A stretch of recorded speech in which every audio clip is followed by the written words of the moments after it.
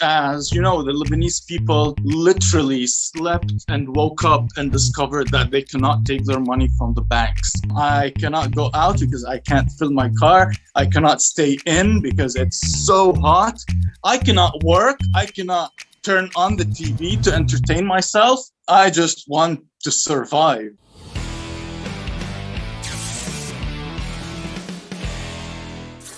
Hello again, everyone, and welcome to another edition of Silver Bullion Television, SBTV. I'm your host, Patrick Vieira. Today, we're going to be talking to Ali Chehade, who lives over in Lebanon. Ali is kind enough to share his experiences of what's happening in his daily life as far as things like power outages, food shortages, fuel shortages, and currency devaluation or hyperinflation. These are things that no one wishes upon anyone. But Ali is kind enough to take time out and share with us what is going on in Lebanon. Ali, thank you for joining us here today on SBTV. How are you doing? My pleasure to be with you. I'm doing great. Glad you're here to spend some time with us and share with us your experiences of what's going on in Lebanon. Ali, as we start, can you let our viewers know a little bit about your background? So my name is Ali Chehade. I am a citizen of Lebanon. I've been living here for many years. I work as a TV and video producer, mostly freelance work. And that's what I've been doing recently with the economic collapse, trying to use those skills to raise awareness about what's going on in my country. How much of your childhood was spent growing up in Lebanon? So unlike many Lebanese, my childhood was not in Lebanon. My childhood was actually in the United Arab Emirates, Dubai to be specific. And it's kind of the opposite of many Lebanese. A lot of Lebanese start their life in Lebanon and then they move out. It's very typical of our culture to just leave Lebanon when you graduate. I was the opposite. So I lived with my family in Dubai for my childhood. My father moved there during the Civil War, and that's where I did my schooling. And then I moved to Lebanon to start university because, ironically, the major that I wanted to study was not even in Dubai yet. Dubai was not as developed as it is today. I wanted to study TV and film production, and believe it or not, there was no university that offered that. And I moved to Lebanon, and that was in 2003. And this is where I've been living since then, except for 2 years that I spent in the United States where I got my master's. At that time, before 2019 and all that's happened, was it easy for young people to find employment? So Lebanon, by nature, as a baseline, is not an easy place to live. So even at its best times, Lebanon has always been not a great place to be. That's why over the last 30 years, everyone's dream is to leave Lebanon. Like, it's the question that you get asked when you graduate: to which country are you going? It's like, it's a matter of fact. And I'm sorry, I disconnected with the question. Okay. So unlike many Lebanese, I decided to come here and live. And I saw that life is not really that easy, even during the good times. Lebanon has never had a day of full-time electricity in 30 years. I mean, I'm not sure any country can claim that. All those times, at the best days, we would have at least 3 hours of electric cutoffs. Some regions would have up to 12 or 16 hours. And that's before, we're talking about 2010, 11, 12. So yeah, Lebanon is not an economically thriving country. It's not a politically stable country either.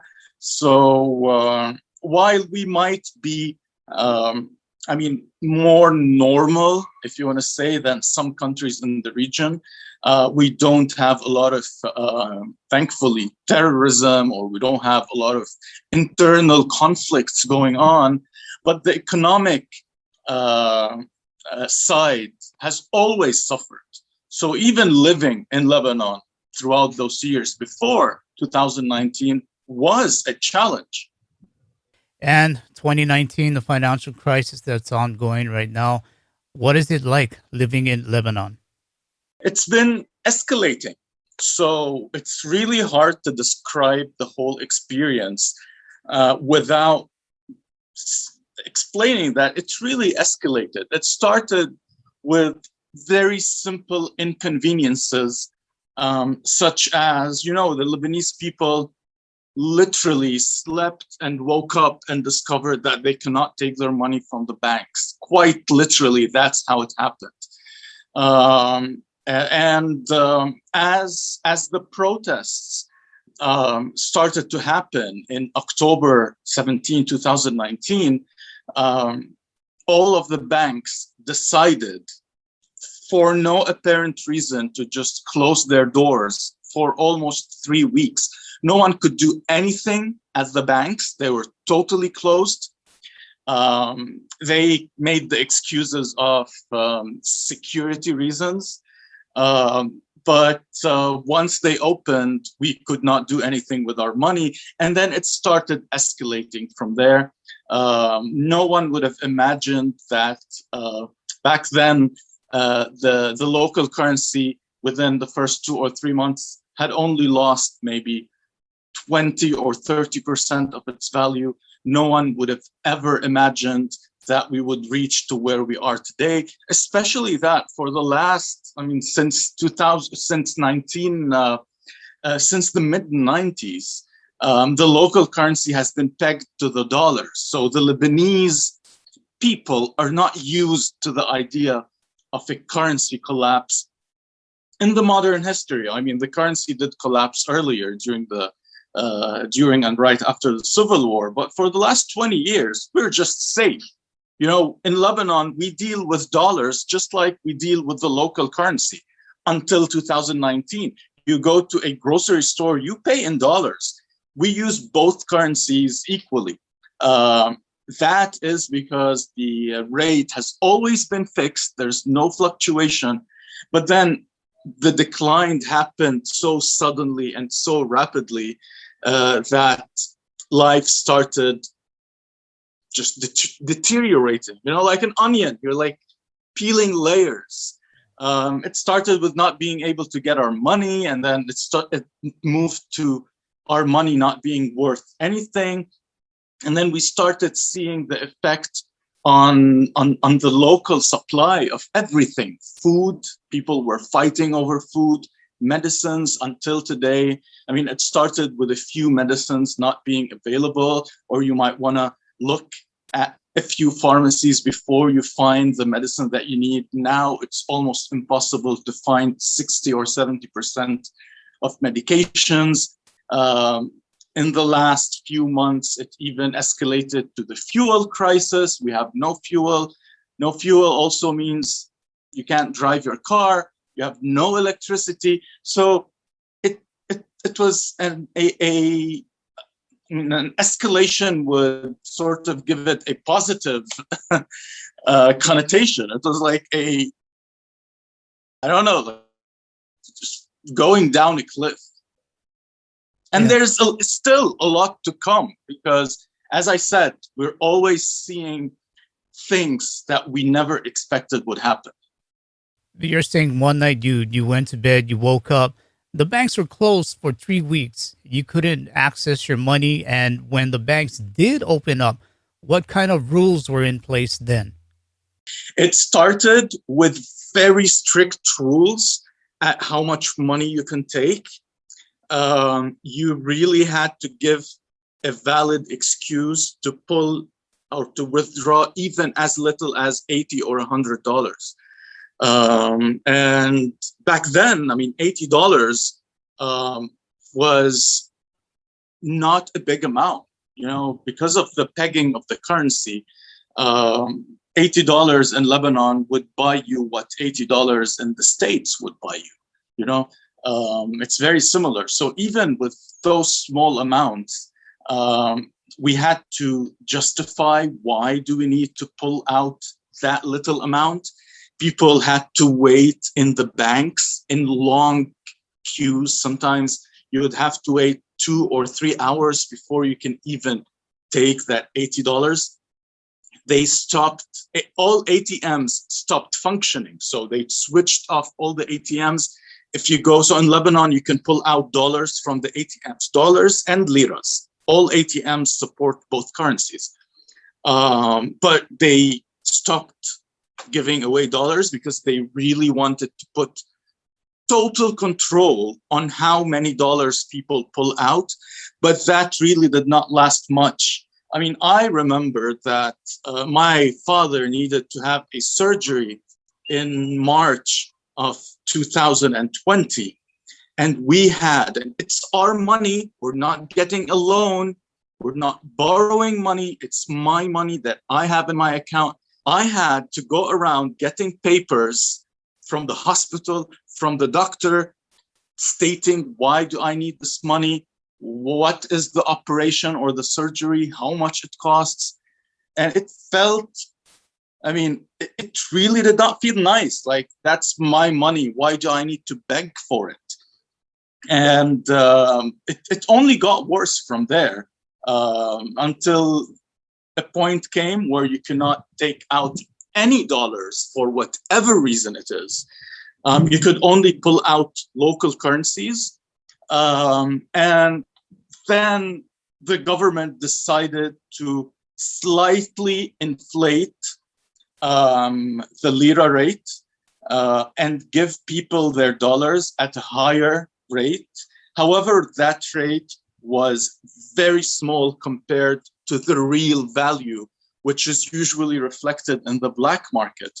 It was, and still until today, I mean, today, $1 is almost worth 22,000 liras. When the crisis or the collapse started, it was 1,500. It's 22,000 right now. If you go and try to pull out dollars from the bank, they would not give you dollars. You would have to pull those out in local currency. And instead of calculating it at 1,500, they would calculate it at 3,900. However, if you compare the 3,900 to the actual rate, which is exceeding 20,000 right now, that's really nothing. And that only proves that it's just a way for the government to sort of bail itself out. So they're buying your dollars with very cheap amounts, simply just so you don't ask for them later on.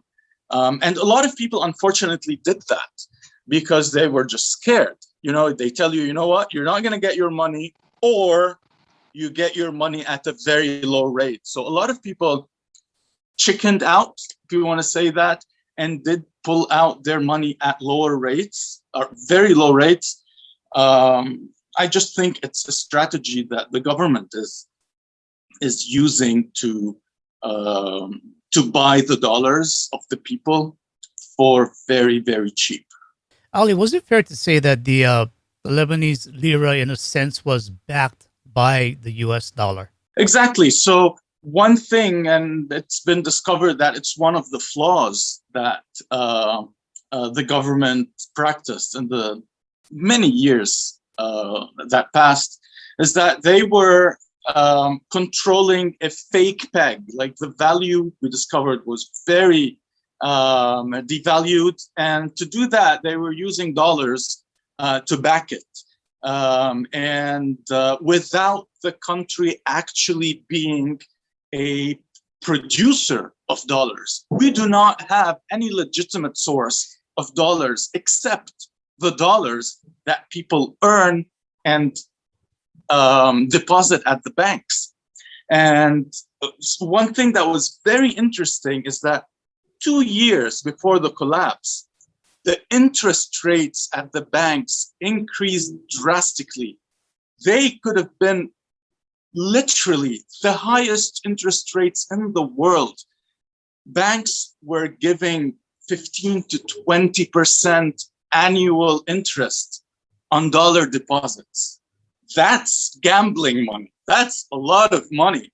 If you had $1 million in the bank, you would easily make $20,000 a month doing nothing. So that, looking back at that, it was clearly, a lot of people described it as a Ponzi scheme. A lot of people said that the government is just playing a big Ponzi scheme just to take people's dollars. And I mean, it makes sense. It makes sense. All those extremely irrational incentives to get people's money, dollars specifically, because it has always been much more lucrative to put your savings in dollars than in liras. In liras, they would give you a fraction of the interest. But if you put your money in dollars, they'd give you a lot of interest.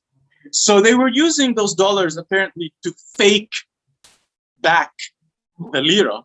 And eventually, apparently, I believe that they reached to a dead end. And I mean, one thing that's also worth noting is the lack of transparency from our government.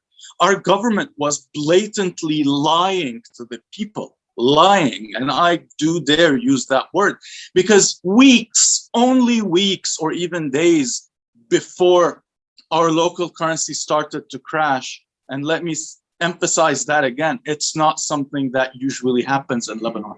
For at least the past 20 years, the currency has been fixed. So it's not something that we're used to, but days before the crash, the governor, the central bank governor, the government, the prime minister, the minister of economy, there's record of all those people on TV telling the Lebanese people, we're all good. The local currency is in the best shape it has ever been. We have a lot of reserves. You don't need to worry about anything. Those were days before the collapse, which is pretty much lying. Yeah. So to just put that in perspective, because I think it's not the case in a lot of countries. So in Lebanon, the banks and the state go hand in hand. So most of the banks actually make their profits by lending our money to the state. So that's the relation. So it's not a banking system collapse. A lot of people think that it might have been a banking system collapse. It might have been a banking bankruptcy. No, it's a state bankruptcy, because those banks were giving our money to the state, and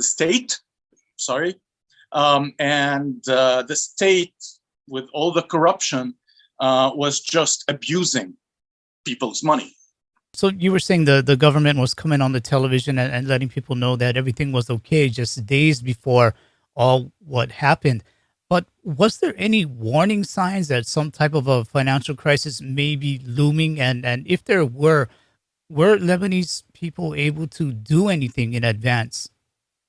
Oh, to an outsider, there might have been some warning signs. But as I said, in Lebanon has never been thriving. We are used to bad news. We are used to being told that there's a slight shortage in fuel. We're used to those sort of news. Because right now, if you go back and look at the archives, yeah, there were a lot of signs. But to most Lebanese, there was no red flags. You know, we live in a country with a very weak economy. We live in a country that has a lot of corruption. We know we have problems. Those problems are nothing new. If you look as an outsider, you might have seen those red flags. However, for the Lebanese people, those were just everyday news. So, not many people got the chance to actually prepare for this. It was a crash landing. And it's really sad because, I mean, logic says that people who are running the government, who are running the bank, the central bank, I'm pretty sure they saw that coming, right? I mean, they're playing with the numbers. They saw that coming. there is a very despicable reason why they were not transparent with the people. The money did not just disappear. The state did not suddenly become bankrupt. These things do not happen overnight. These things you see coming miles away.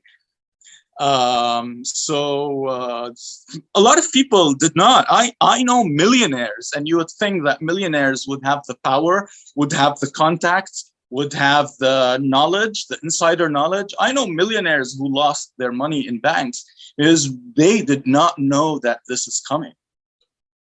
The few people who were able to actually save themselves are, unfortunately, the least people who need that, are the people who are very up, are the people who are directly connected with the government, the people who are directly connected with the central bank. I know people who work at banks. I have friends who work at banks, and they did not see this coming. They had no idea that this is coming. My friends who work at banks are not able to take their money out. And unfortunately, while the government and the banking system set very strict regulations on withdrawing money, people cannot withdraw, people cannot transfer their money outside Lebanon. You could only transfer your money to a local. They wanted to keep the little amount of money left within Lebanon. And another reason is that money doesn't really exist. It's numbers on a screen. Because if I want to transfer you $100, the bank, my bank, needs to have that $100 to be able to do an international transaction.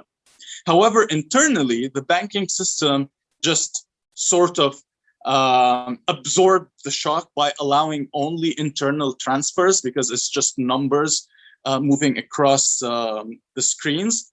So the sad thing is that during those very strict regulations, and I know from first-person stories from my own friends who work at banks, that people who are up the political and social pyramid were smuggling out of Lebanon through the banks, not using any unusual routes, through the same banks. They were smuggling outside of Lebanon millions of dollars just to save them. While people who really need those money, people were not even able to send money to their children who are studying abroad.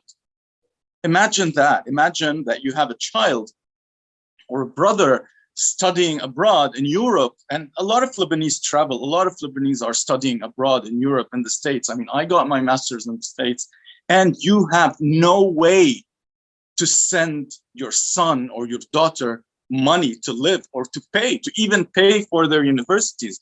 A lot of Lebanese had to cut their education short because there was literally no way to transfer money to universities unless you had saved some money in a different country. Some people did that. But it's really sad to see the real people struggle getting very little amounts of money that they own, that they saved, while all those up the pyramid were freely just taking out millions of dollars just so they can save them from the collapse that's going on. Ali, how's this called your fellow Lebanese citizens? Has it caused them to seek employment outside of Lebanon and then remit or send money back home to their families in Lebanon? So a lot of people actually did that. I mean, every day, hundreds of people are leaving Lebanon. I mean, on a personal level, every 2 or 3 weeks, there's a farewell party for someone who is, I know, who is leaving Lebanon. A lot of people are doing that. Add to that the fact that Lebanese have a very big diaspora. So even before that, given what I explained earlier, it's part of our culture to leave the country and work somewhere else.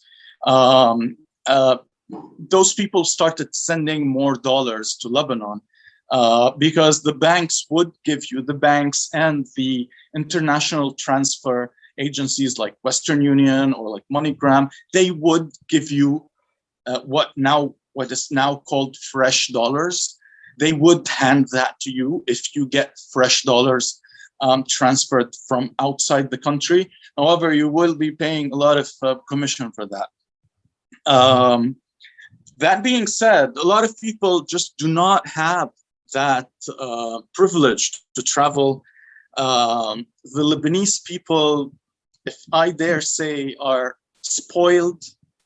You know, the Lebanese youth will not be excited to do a lot of jobs that people from many different cultures would do. You know, you wouldn't see a Lebanese young guy going to travel to work on a gas station. You know, that's not part of our culture, unfortunately, which means we have very high rates of employment.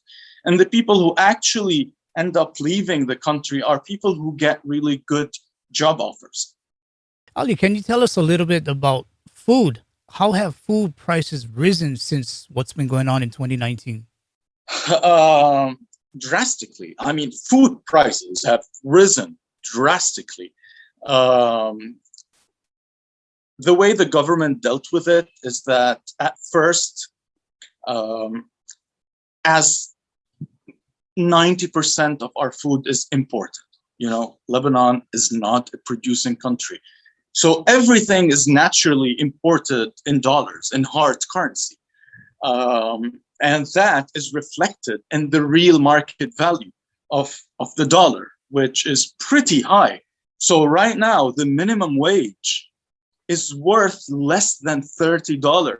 It's probably the lowest or one of the lowest in the world in dollar values. And believe it or not, like right now, if two people go to a restaurant, if you want to have food at a restaurant, I mean, I know that's a privilege, but just to put things in perspective, if two people want to have dinner at a nice restaurant, you would at least pay a minimum wage worth of a month. So that is a lot. So the government started subsidizing some items, like main items. They published a list of subsidized items. Of course, those were the cheaper brands. They subsidized them. We started getting a lot of products from countries that we used not to import from. So we used to have all big brands, you know, whatever chocolate, whatever coffee, whatever milk. We all had the international brands that everyone knows. But because of what happened, we started seeing a lot of new brands that no one have heard of coming from different countries where those items are cheaper. But what happened when the government started subsidizing, and I really use the word subsidizing very ironically, because they're literally using our money that they stole to subsidize the things that we can't buy, because you go to the supermarket and the subsidized items are not enough by any means. You can find tens of videos on YouTube of people literally like pulling each other's hairs in the supermarket or raising guns just to buy the last bottle of milk for their children or a bag of rice simply because it's subsidized. And when I say subsidized, it's still more expensive than usual, except it's considerably cheaper than the non-subsidized item. And as days passed, by now, there's nearly nothing subsidized in the market. Everything is ridiculously expensive. A can of tuna used to cost 2,000 liras, which is around $1.50.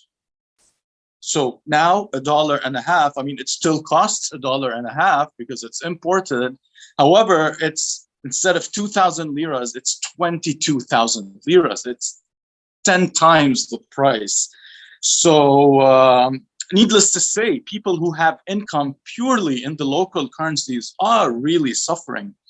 And we got to a place where, you know, back then, if you had money, if you had income in dollars, if you had savings at home, in dollars, if you had people sending you dollars, you would live a nice life because the market inflation was not moving in parallel with the currency inflation, just to sort of control prices and not to create a shock factor to the to the consumer market. So people who used to make dollars, their purchasing power quadrupled. They could do things they could never do. But right now we're getting to a place, because the infrastructure, even the import infrastructure, is paralyzed, that even money is not solving your problems. And so that's what's happening with electricity right now. That's what's happening with gas for our cars. That's what's happening with medicine. You have the money, you're ready to pay for it. But guess what? It just does not exist because the whole system is collapsed. We're not being able to import those things, disregarding if you're able to pay for it or not. You can also see that reflected in some very sad places, such as hospitals. There are hospitals that are not able to provide even the most basic services. Some hospitals are closing down, literally closing down, like just shutting down. And a lot of people, even people with money, are going to hospitals to get hospitalized, and hospitals are rejecting them because no matter how much money you have, we do not have the supplies. The same thing with food. I mean, food is probably the easiest right now. I mean, it's easiest to buy food right now if you have the money for it. But everything else, it's almost impossible, especially medicines, especially fuel. Okay, and have the food prices somewhat settled, or are they constantly changing day by day, or even hour by hour? So the food prices are sort of being changed day by day. And we have had a lot of, quarrels, citizen quarrels, because, people do not, the general public do not understand how hyperinflation works. So a lot of people would argue with the supermarket that this was half the price yesterday. Why are you selling it to me for double the price today? They don't realize that the currency is devaluating. The item still has its own value. A lot of people would argue with the supermarket guy that you bought this when the dollar was cheaper. Why are you selling it to me now at a higher rate? So there's a lot of misconceptions on how these things work. People, a part of what I'm doing on my social media is to create this awareness as to why are prices changing very frequently. I try to explain to the people that the item that you are holding in the supermarket could literally lose its value while you're holding it. It does not matter what that guy paid for it, right? Because I mean, if I'm going to sell you my phone that I bought 2 years ago, I'm not going to sell it to you at the old rate. I'm going to either sell it to you for whatever it's worth in dollars, or I'm going to sell it to you for whatever it's worth in liras today. That only makes sense. But a lot of people are not sort of grasping or even accepting this concept that things can change haphazardly. Restaurants, you would see restaurants and supermarkets that stopped having prices on their menus or even on their shelves because it's very inconvenient to just keep changing prices. It's still not as drastic as some other hyperinflated countries. We still did not reach to the point where prices are doubling every day or even every week. Not yet. Thankfully, I can see that coming, but not yet. But prices have been changing at least 20 or 30% sometimes. Like we've had some really big dips. We've had dips of 30% within one day, and prices do change. A lot of supermarkets would simply shut their doors because they don't know how to sell their items. Like you would go to the supermarket and the guy would be like, oh, we're not selling. We're trying to figure out if the currency is going to settle. And that's understandable because they don't want to be losing their money. They don't want to sell you something. Years back, you could pay in dollars and you buy your things in dollars, and people would give you back liras, dollars. It didn't matter. We used both currencies interchangeably. Now you're going to be paying in liras. And that supermarket guy who is buying the items in dollars would not want to discover that he lost half the value a few hours later or the next day. So they simply just shut down for hours at a time just to for the currency to settle a little bit. Okay, and Ali, if you could, how's the electricity situation there? I mean, I understand there are power outages that seem to be getting longer and more frequently. So what are you doing to cope with this? What are businesses doing to cope with it? I don't know if you can see how sweaty I am. So Lebanon has always had power outages. It's part of the Lebanese culture, okay? So we've never had a 24-hour electricity in 40 years, maybe. I've never seen 24-hour electricity in Lebanon. What used to happen is that private generators, so people would subscribe to private generators, which are basically miniature electricity providers that are not regulated by the government, and they would give you the backup electricity during those hours. So you would pay your government bill, and then you would pay your private electricity bill. So what's happening right now is that the government is barely giving people 2 or 3 hours of electricity a day. And you can imagine what that means. So 2 hours of electricity a day, that means the providers, the private providers, should now cover very, very, very long hours. Their equipment are not designed for that. The prices that they currently buy their diesel at are very expensive because you could only buy diesel in the black market. So the official rate of diesel right now is around 60,000 Lebanese liras per 20 liters. However, you would be lucky if you're able to buy those 20 liters. We use 20 liters as the standard measure in Lebanon. So instead, you'd be lucky if you could buy them for 300,000. They don't exist. Like, even if you had the money to buy them for 300,000, you will need to have connections, and you would be paying 5 times the actual rate. So those private providers are not able to cover the demand, neither financially nor technically. It started, so before the actual fuel crisis, it started, the first problem was that they could not run their machinery long enough to cover. So what they would do is that they would take breaks of like an hour or two. So the government cuts for 2 hours, and then they cut for 2 hours every few hours. But that was the technical constraint. Now you have the technical constraint and the fuel constraint. So they don't have fuel. I have not had electricity. I mean, it's around 4 p.m. right now. I have not had electricity since probably 5 a.m. in the morning. That's almost 12 hours.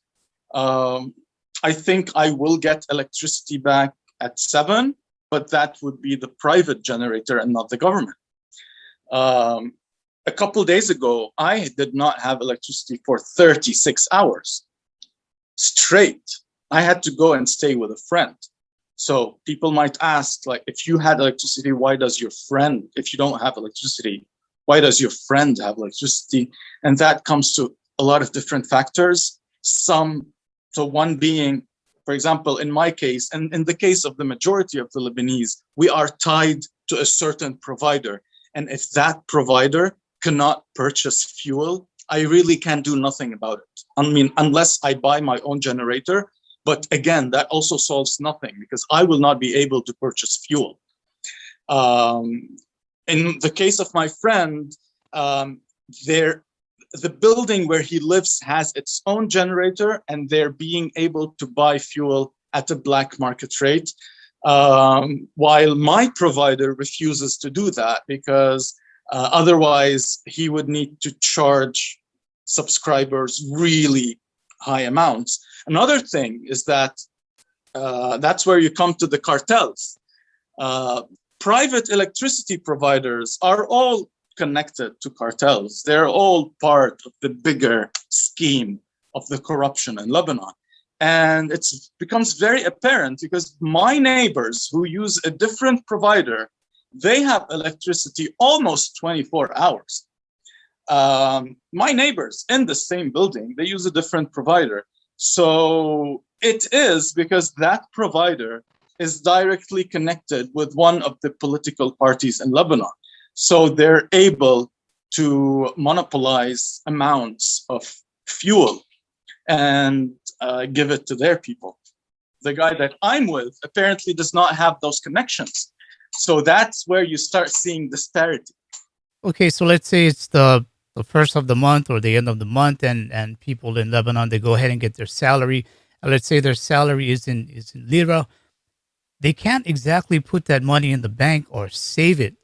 What do they end up doing?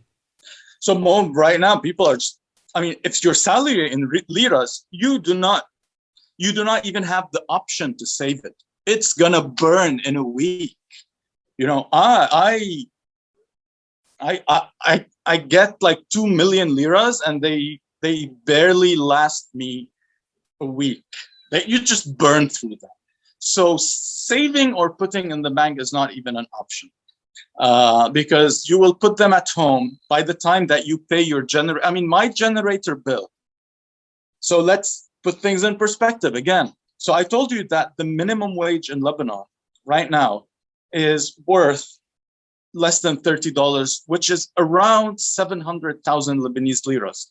My generator bill, and I live alone. The last generator bill, I paid 1,400,000. That's 3 times the minimum wage just for my generator bill, right? I did not do anything yet. I did not buy food. I did not pay for my phone. I did not do anything. So people who get paid in liras are struggling. Most of them are getting the help of friends who earn dollars. Because if I give a family $100, that would be better than them working a whole month to make 1 million liras, because that would get them nothing. And unfortunately, a lot of people are just leaving their jobs. A lot of people would rather literally beg for money, or would rather just ask their relatives, although they've never done that before. They would rather ask their expat relatives for $100 than work 9 hours a day. I mean, if you were in their place, if I was in their place, I would do that. Like, if I can get $100 and just chill at home, why not? Why to work? Why to go to my job? And a lot of people are starting to take that route. For those who, let's say, are getting paid in lira, are they able, is there an option for them to convert it into a different currency right now? You can buy dollars, but you will need to buy those dollars in the black market, which is very high. Some people do that. But again, so some people, what they do is that, let's say you earn 3 million liras. 3 million liras used to be a really nice salary, $2,000. And a lot of people would make that. A lot of people, like in their late 20s, would make $2,000 in Lebanon. Our economy was already inflated. Some people get overpaid. But now the 3 million liras, what used to make $2,000, now is probably worth $120. I mean, look at the jump. So you're making $2,000, and now if you use that money to buy dollars, you would only be able to buy today $120. So some people, psychologically, it's really hard to do that. I'm very aware of economics. I'm very aware of how these things work. It's still, my brain does not register. How can I translate what used to be $2,000 to $100. So a lot of people are scared to do that, while in practice, that would be the good thing to do. You know, that would be the better thing to do, to go turn those, even if they would make you $100, just turn them to $100 and then start changing $20 at a time. You would, on the long run, probably earn more value for your money. But some people are doing that. A lot of people are not. A lot of people are just earning their liras and just spending them, because you would, like, first of the month, you earn 3,000 liras, 3 million liras. Just by paying your bills, you're already 2 million liras down. Like, you have 1 million left. Like, that would buy you like $20. I mean, it is absurd. And I know it's even worse in other countries. In Venezuela and Zimbabwe, it's even way worse. And unfortunately, a lot of Lebanese are still being very naive. A lot of Lebanese ask, will this get better soon?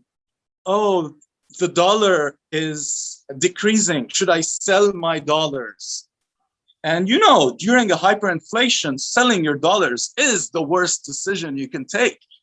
And a lot of people are scared because they just live in this naive world where they have very superficial thoughts like, oh, they're going to elect a government tomorrow, things are going to work. Not really. I mean, we've always had governments. Those things do not solve a collapsing government. A lot of people still refuse to accept. A lot of people still nag at things, while the right thing right now is not to nag. The right thing right now is to find ways to adapt to what's happening. People still nag. People still believe that it's going to get better. I mean, I was one of those people. I'll give you a true story. I had around 100 million liras saved in the bank. And I saved them in liras because the deal that I made with the bank was giving me a better rate in liras back then. 100 million, I mean, for a Lebanese guy my age, that was worth around $65,000, and that's a really good saving. Most Lebanese people my age, I'm 36, even people in their 30s do not have savings, because Lebanon is one of those countries that just consumes you. It's really hard to save. We do not have medical coverage. We do not have education coverage. We save for our children. We don't save to enjoy. So I had around $65,000 worth in savings. Those were 100 million liras. And back when the dollar dropped from 1,500 to 1,800, that's merely 10%, 15%. I had the debate between myself and some friends, and it even still exists on Facebook in the history. I was asking, like, should I pull out my money and buy dollars with it? But my brain would not let me, because in my head, the $65,000 would only make me $40,000 right now. I'm losing like 20% of the value of my savings. And it was really hard to accept. And when things were only at that stage, you would have some hope, right? I mean, it's still not collapsing. It's 1,500, now it's 1,800. I mean, that's not a big difference. So I was scared. I did not want to buy dollars. Right now, I totally regret that. But as people say, like, who would have known? But the problem is that some people still, I mean, 2 years later, I no longer have that mentality. I learned, I did my research. I read and watched about what other countries, how other countries lived through this. Unfortunately, until today, we still have people who are in the mindset of it's gonna get fixed soon. And that is a very risky mindset to have right now. Lebanon has always had its fair share of problems, whether it was governmental or financial.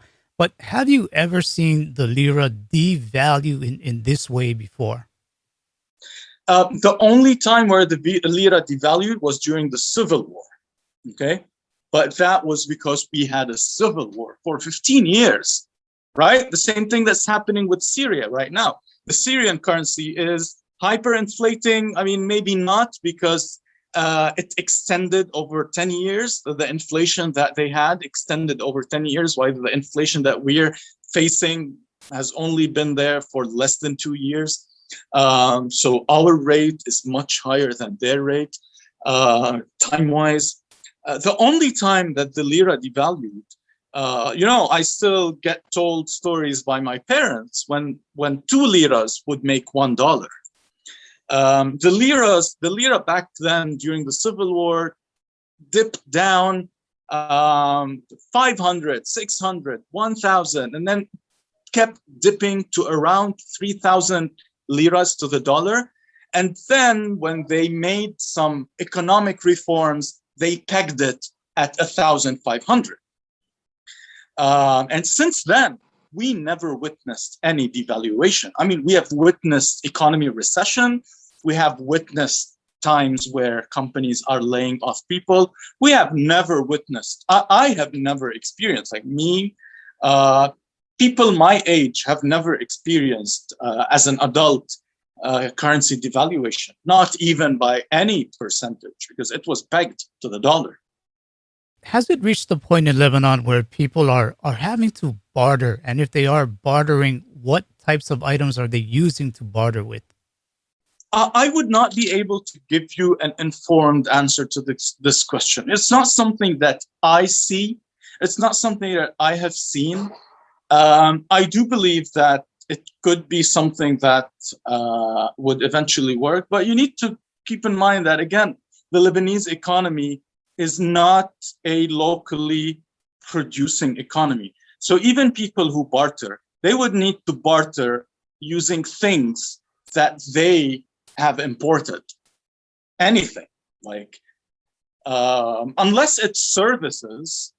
I have seen people try to barter over services. So, for example, I'm a video producer. I have been offered very rarely like certain barter deals, but the problem with the barter deals, I mean, why was currency invented? Because barter is not very practical. I mean, you need to get to a point where what you need and what they need match, right? And that's why we invented currency. And in Lebanon, that still it's not translating into real life because people's needs are very different. And anyways, everything that we have is imported. So people would rather make dollars instead of bartering things. How do Lebanese feel about the culture of buying gold?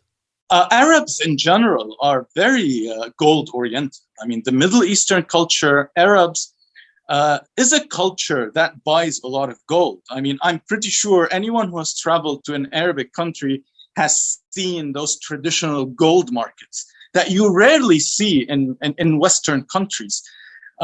Because gold is a big part of our culture. People buy, like, when people get married, the man has to buy a lot of gold for his wife. It's part of our culture. So yes, people do buy gold, but it's with the collapse, people who were able to buy gold conveniently are people who had dollars saved. But the problem with gold is that it's not easily liquidated. So again, it cannot replace a currency, so you can use it to store value.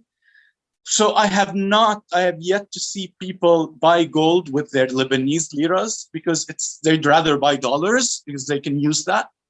And right now, to buy any meaningful amount of gold, you would need millions over millions. I mean, my 100 million liras would barely buy me a tiny gold coin right now.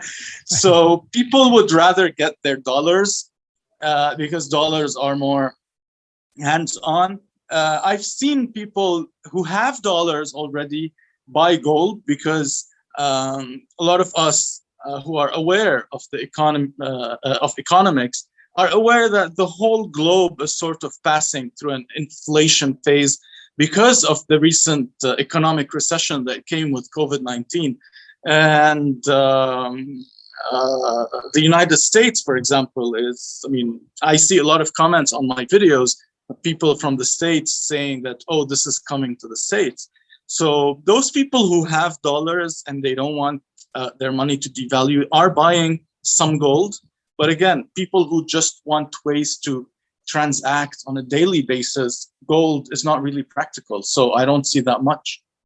How about cryptocurrencies like Bitcoin? Are people starting to use these more? Enthusiasts, yes. Lebanon had its own cryptocurrency market boom with the latest boom that happened.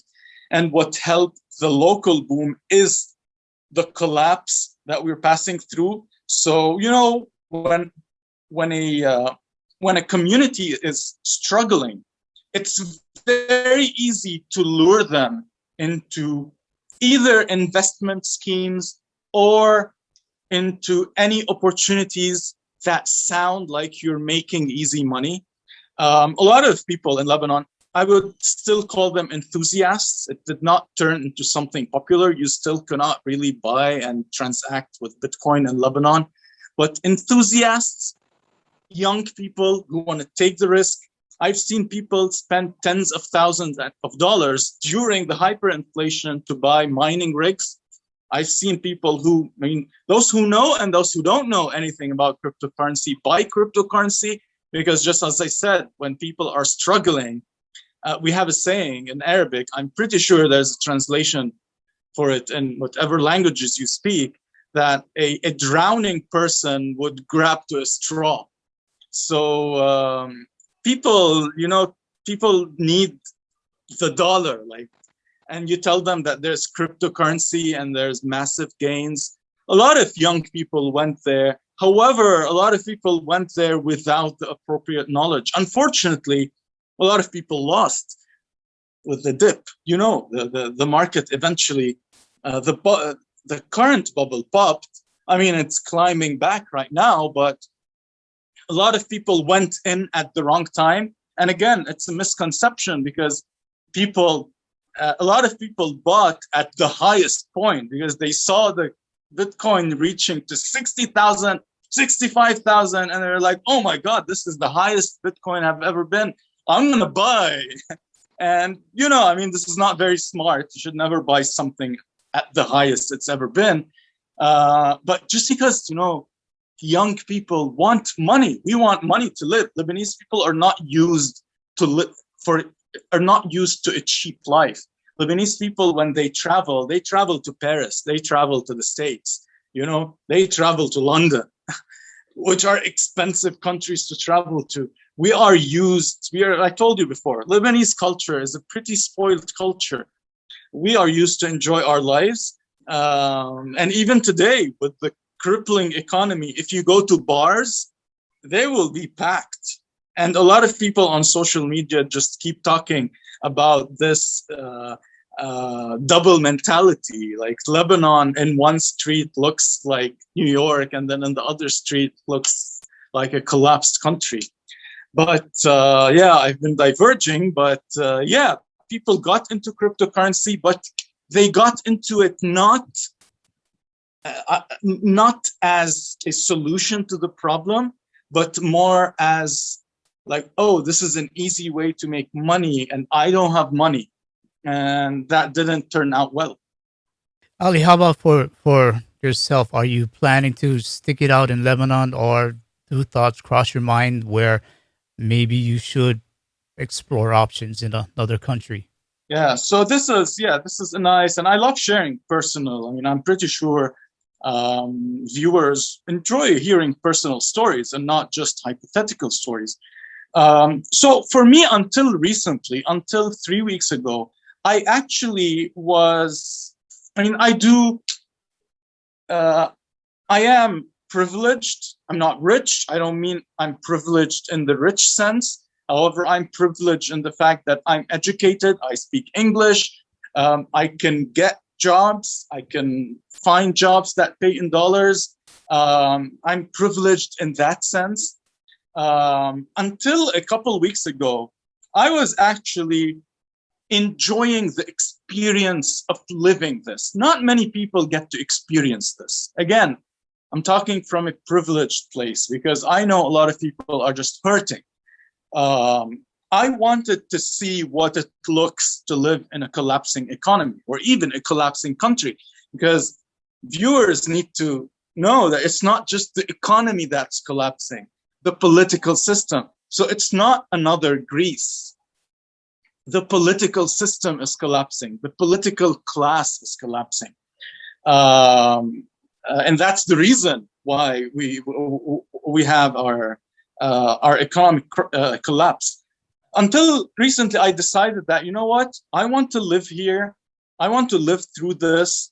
I earn in dollars. I have my freelance work. I restricted. So what my strategy was to only take jobs that pay in dollars. I'd say around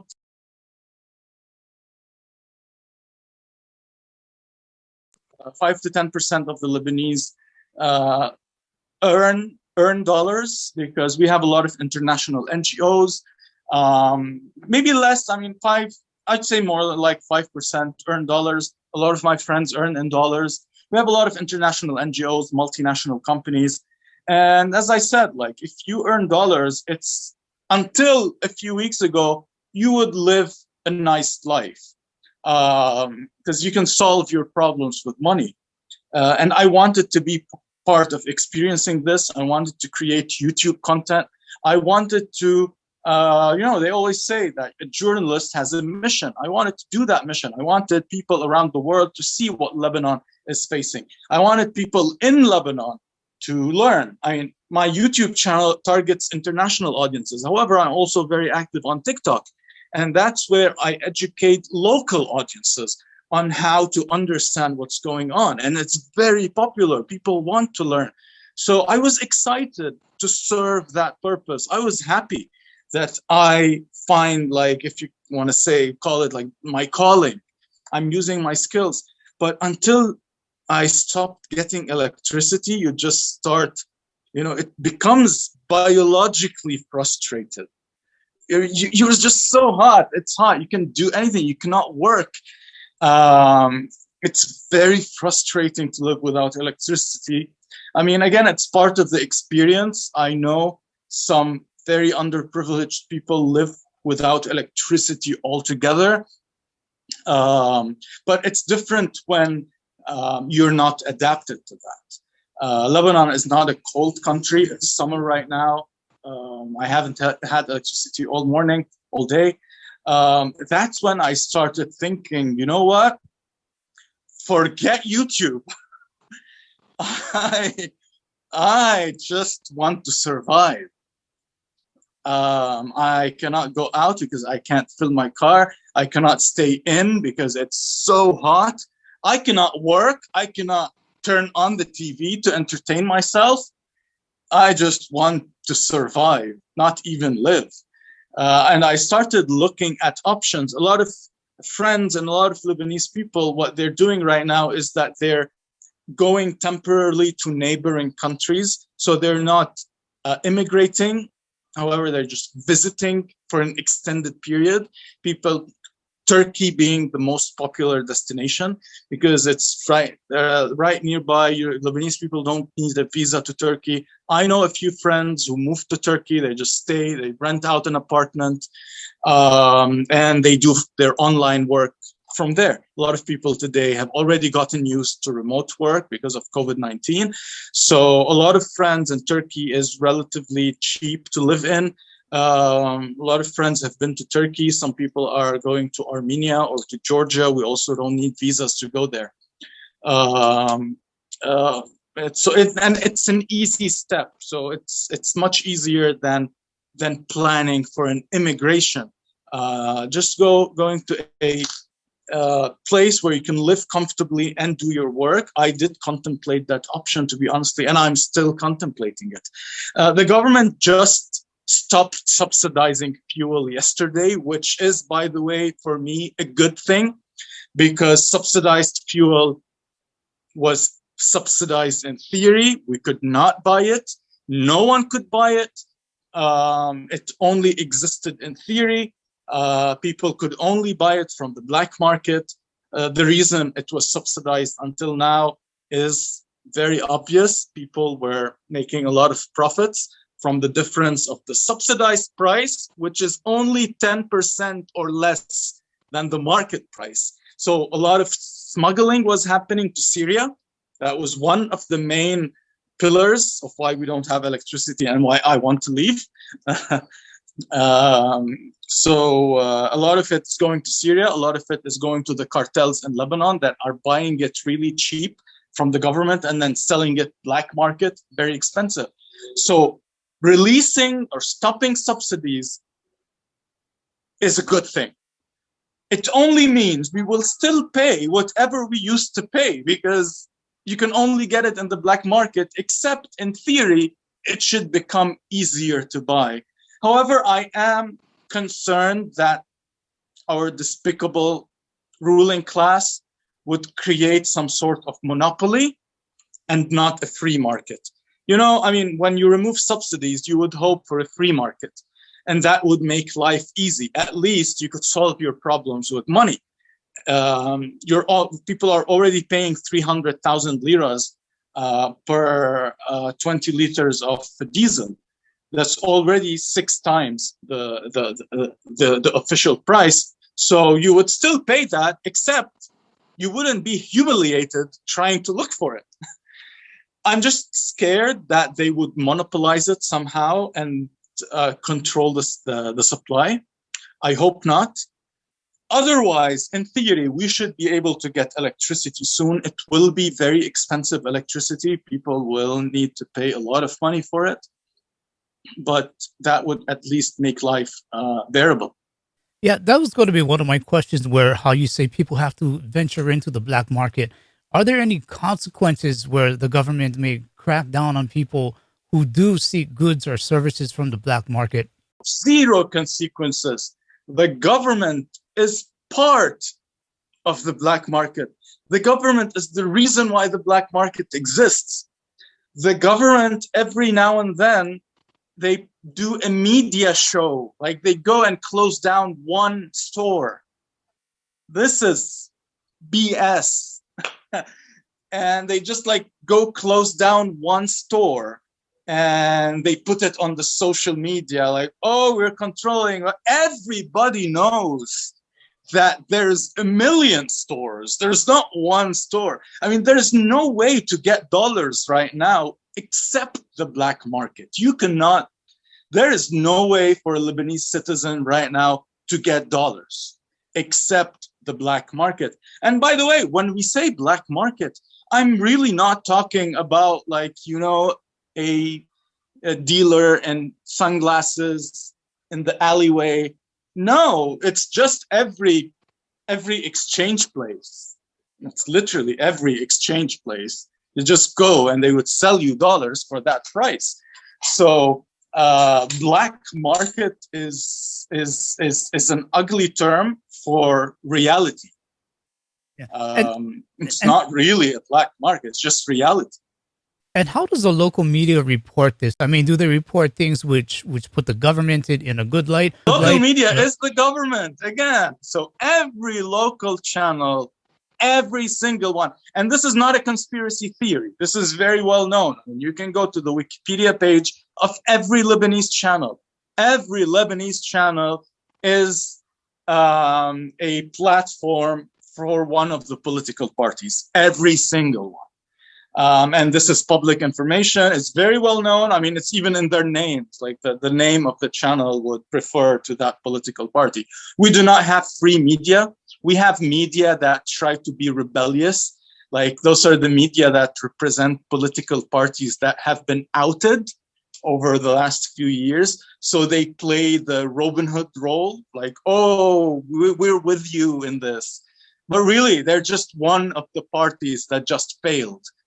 Every media covers what a political party wants to cover.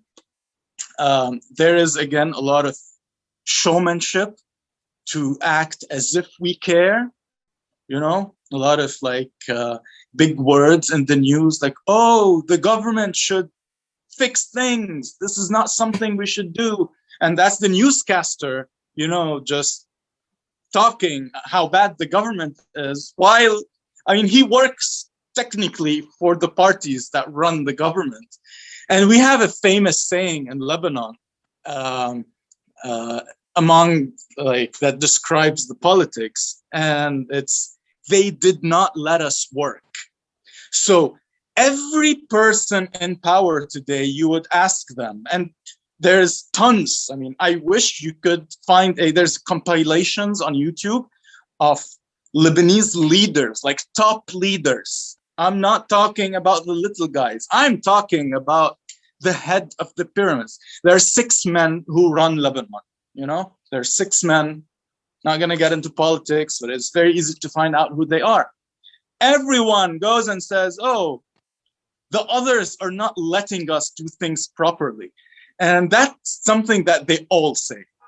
And no one knows. And everyone goes on TV and says, we need to find the reason of the corruption. And I'm pretty sure that the people who live in corrupt countries are used to these things, right? The government going on TV and saying, we will find the reason of corruption and he'll be in jail. And no, you are the reason of corruption. We've never seen any political figure get prosecuted. All our members of parliament, all our ministers, our president have, I don't know what the word in English is, but they're protected from even being questioned. So you need to pass a law to be able to question a member of the parliament. They are protected. It's illegal. It's literally illegal to question a member of the parliament. It's illegal to question. They have, trying to remember the word, the protection. They're legally protected. The judiciary system that issues a law to question those people is run by those people. It's just, it's absurd. It's absurd. There's no way out. So let me ask you, how does a politician that's in office to represent the people, how does he represent the people if he has this sort of immunity? Immunity, that's the word, immunity. Thanks for helping out. That's the word. They have legal immunity. And that only shows you that they are scared of something, There have been people, recently we had the massive blast in Beirut. And that just a few days ago was the first year memorial. It's a blast that could literally cripple governments, right? Governments, imagine a blast happening out of nowhere, $15 billion in losses, hundreds of people dead. And it was pure negligence. It was one of the biggest explosions in history. And nothing happened. 1 year later, we don't know why it happened. They have tried to question some of those big heads, and a lot of them were against. They voted against removing immunity, because also that you need to vote on. They're no, I don't want to be questioned. As simple as that. And they have the power. They are the people who are questioning themselves. It's very absurd. They are literally the people who are questioning themselves. So everything that happens is showmanship. Anything that happens, and eventually you would probably get to a scapegoat, right? That's how these things work.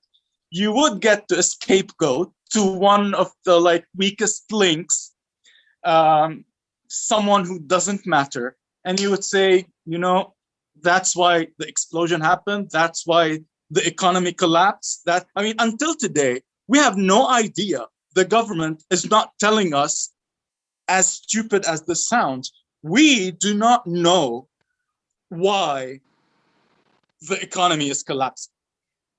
I mean, we know because we observe, but there is no statement. I mean, in other countries, in any country with a decent government, you would get, the prime minister updating you at least once a week on the status, on the problems. They're not transparent.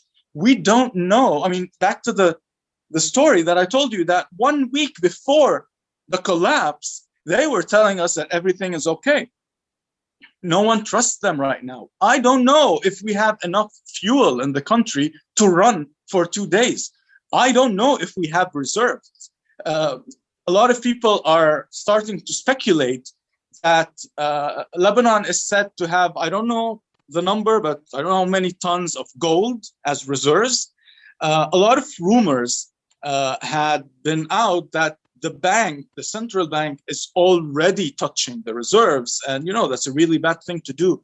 They claim that they're not, but who the heck believes them right now? No, I don't believe anything they say. I wish today I posted something on Facebook telling, the government, you don't want to be part of the solution, at least be transparent. Let us know where we're heading.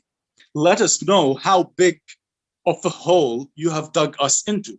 Let us know how much electricity we still have. Let us know how much medicine we still have. No, blank, no explanation. We don't know what's going on. And again, those are all signs of malpractice. Those are all signs of malicious acts, Had it been a genuine collapse, had it been like bad decisions that got us here, any government would go ahead and say, we took those bad decisions. But it's not bad decisions that got us here. It's corruption. I told you that six people run Lebanon. Every one of them is a billionaire. I mean, wow, what a coincidence, right? And almost every one of them, I've recently been checking their biographies.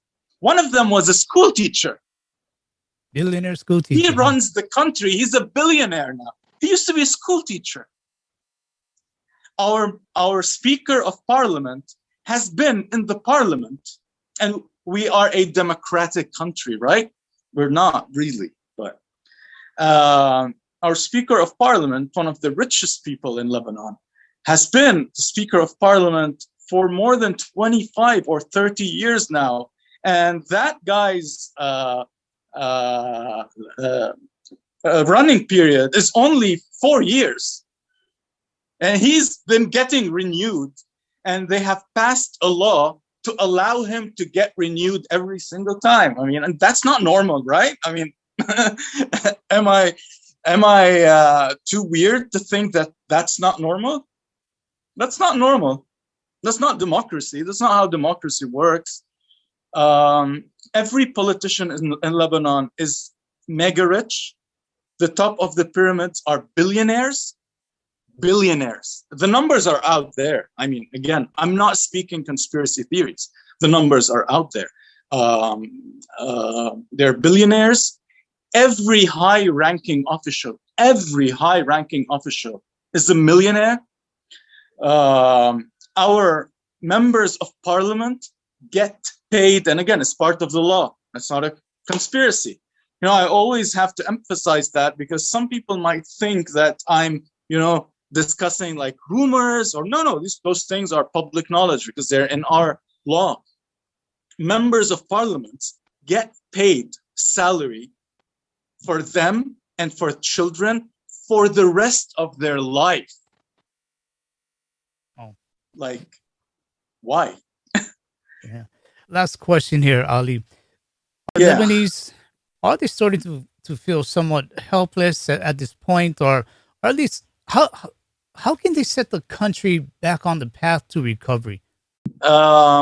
Realistically, like, the only thing, what I think there should be a drastic change. What would that change be? I don't know. What I know for a fact is that we have reached to a point of no return. Like, even 5 years ago, a lot of people hated the people who run the country. And those have been the same people for the last 30, 40 years. That's why, I call them the ruling class, because those are the same people. Those are the same names. Those are the same families. We have families that are in the government. In most democratic countries, that's not even allowed. Here, it's families, like brother and sister, and like all those sort of things. The only thing that would solve what's going on right now is a radical change. What change would that be? I don't know. Some people are talking about a country taking, like a global power taking over Lebanon. Some people are talking about external influence controlling the current ruling class. So that's why there's a lot of sanctions right now, and a lot of the people who are in the ruling class. That's what they think France is trying to do. Like, okay, we're going to keep the ruling class, but we are going to set the rules. But again, I think that's more of a short-term fix, because those are the people who have been here for years, and they've only managed to just siphon everybody's money. Lebanon is $100 billion in debt. $100 billion in debt, one of the biggest debts in the country, in the world. $40 billion were spent on the electricity infrastructure. $40 billion were spent on the electricity infrastructure in the past 20 years. And look, I don't have electricity. Where the hell did that 40 billion? Dubai cost less than $100 billion to build. Our roads have potholes everywhere. We don't get water all the time.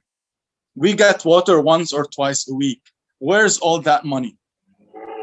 What did you spend $100 billion on? You could build a country. Lebanon is a tiny country. Like, if you look at the map, you would not even see it. You would think it's part of Syria or Palestine, where did $100 billion go? The only reason I'm diverging to that is to tell you that no one trusts the people who are running the country right now anymore. No one trusts them. So I do not see that things will get fixed with them being here, because history would only be repeating itself. We've already been slapped and punched and stabbed many times. I mean, even people who used to be fanatics, we still have political fanatics. They exist because our political system is built on brainwash. That's another thing a lot of people do not know about Lebanon. Children, so those political parties, they build schools, and children have raised the flags on their morning routines of their political parties and the pictures, and they have songs for the political leaders. That's not something that you would see from a modern society. We still have it.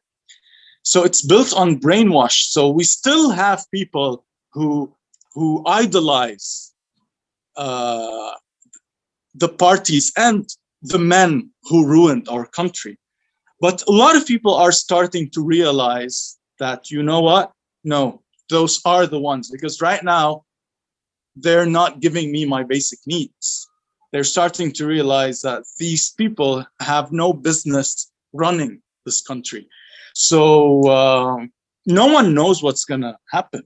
And that's the only logical answer to your question. I don't know what's going to happen. I know it's going to be radical. I know it's going to be big. Otherwise, we will be living. I mean, there are some analysts who said that Lebanon will go through a 12 to 20 year depression. I don't see why not.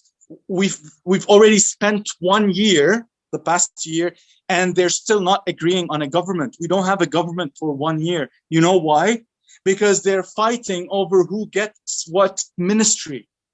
For a year, we don't have a government. Like, in the middle of a crisis, the different powers, instead of working and fixing, they're literally on TV. They're fighting over, I want the Ministry of Health. No, you get the Ministry of Tourism. No, I want the finance. They're like kids fighting over things. It's on TV. You can go and watch it instead of, building a government and fixing the country. One word to this question. What emotion engulfs you the most with what's going on? Anger. Yeah, I can. If you let me use 2 words, I would say sadness. Anger, because after all, it's the Lebanese people who did this to themselves. For many years, there were, elections. There were people. I mean, definitely they're buying votes, but it's the people who did this to themselves. You can edit out of this if you want, but this is a story that I heard the last time when I was going to vote, and it exemplifies the essence of the problem in Lebanon. I was voting, I was standing in line. It was one of the very first times. So Lebanese people only get to vote for their members of parliament. We don't get to vote for government. We don't get to vote for president. And it was the first time where we actually had truly independent alternative options. Because for the past few years, people were getting more aware. A lot of civil society action have been going on. So I was going to vote for those fresh faces who I know. Some of them are people I know. I wanted to go vote for them. And in front of me was a guy, a middle-aged man. And I heard him say that, I'm going to translate. He said, he was saying to his friend, I get goosebumps. I have goosebumps just saying this. He says to his friend, there are a lot of new people in the lists, like nominated people, and we should have given them a chance. But I don't want to disappoint person X. And person X is a very big name in Lebanon. So people are literally, they're aware, it's like the Stockholm syndrome. Like, he knows that there is an alternative, but he's saying that I'm doing this because I don't want to disappoint person X. Very famous name in Lebanon. And that's the essence of our problem. People know that they're living in a terrible place. I don't want to use R-rated words. They know the reason. They know who is causing this. They know they can make a change. They choose not to. How can you not be angry? Yeah. It pains me and it concerns me. It's like how you said you're sad and you're angry at the same time. So I get it. I understand. And I thank you for sharing this with us. So, Ali Chehade, I thank you for sharing your stories with us, your experiences. I know things are difficult there. I hope we can do this again soon, and hopefully it'll be at a better time for you. I hope so. Unfortunately, better times are not news material. All right. Thanks again, Ali. Really do appreciate it. Thank you for this opportunity.